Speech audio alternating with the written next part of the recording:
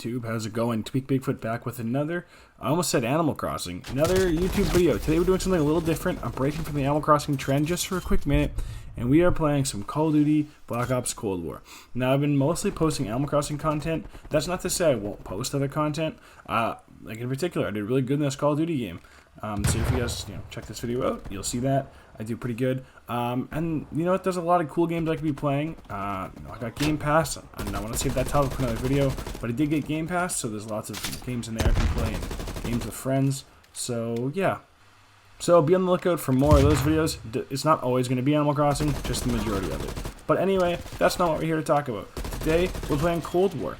And I ripped this from the theater mode because I wasn't recording when I got this game, so it's going to look busted. We're playing Hardpoint on Nuketown, as you can see. Sometimes the enemy's nameplates don't show up. In fact, I don't think they're there at all. And sometimes I die and there's nothing in front of me. It's because the enemy hasn't loaded in. Treyarch, fix your theater mode, man. It was really good, and now it's busted. So if the game looks a little busted, I'm not a hacker.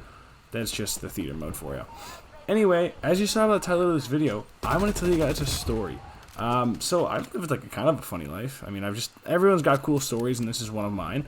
I want to preface this by saying that I was not grown up when this happened. Like, I was a grown up, but I wasn't grown up. You know what I mean? I definitely had some room to grow, and this is one of those experiences where I think I could have benefited from being a bit older.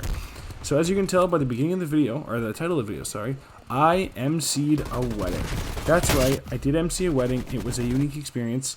And just in the, case of anonymity, I'm not going to say whose wedding I emceed. If you see this video, you'll know who you are. Yeah, I want to leave it blank just because I haven't asked them, and also because I really pretty much screwed up their wedding. Well, I didn't screw up their wedding. I could have. So here's how it goes. I believe it was 2016. I'm trying to find the date here, but let's just go with 2016.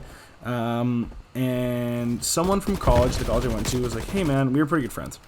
He said, hey man, I would like you to MC my wedding. And I was like, oh, cool, sure, I can MC your wedding. Like, I've never done that before, are you sure? And he's like, yeah, like, I know you're good at public speaking, and it's true, I'm actually a pretty decent public speaker. So I said, like, yeah, okay, cool, I will MC your wedding, sure, no problem there. I was really honored, actually. I want if you ever see this video, dude, I want you to know that I cared about your wedding. I really did, and I cared about you and your wife as friends of mine and people.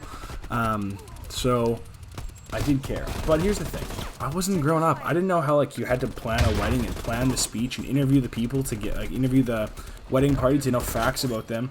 I literally did zero prep. I didn't do a single thing for this wedding. Like, I literally was like, hey, what do you want me to do? Okay, cool, I'll do that.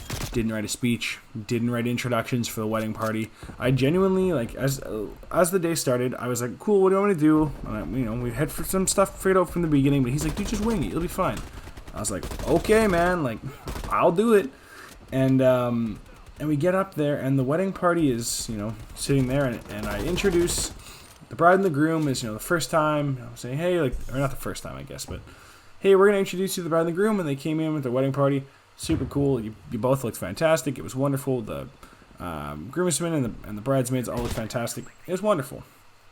But here's the thing. When it came to my turn to introduce them, I was like, I'm going to make up names here. I'm going to leave all the names out, so all names have been changed. This is Emilio, and I didn't know a thing about them. I was like, he likes street art. Yeah, he does. And this guy's got a beard and a good, nice looking haircut, and I was like, yeah, he looks street art and coffee. To this day, I don't know. I'm pretty sure it's not true at all. You might like coffee. I doubt he's a graffiti artist.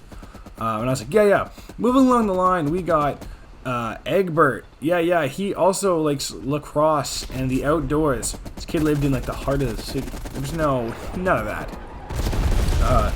Same thing when I got to the bridesmaids. I was like, this person here wants to be an English major. They're in history. And just down the line, I got them all wrong. Except for probably the 2 or 3 people that I knew. I knew the bride and the groom, obviously. And I knew some of the girls in the bridal party. That was it. That's all. That is it. And even the ones I did know were still kind of weird facts that didn't make sense. And people were laughing because they thought it was a joke. And it was a joke. I was like, okay, I guess this is what you do. So that was that.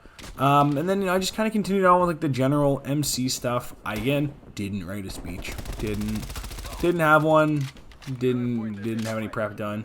And as the wedding went on, it was, like, probably 100 and something people. Maybe, let's say 100 people flat. We'll go with 100.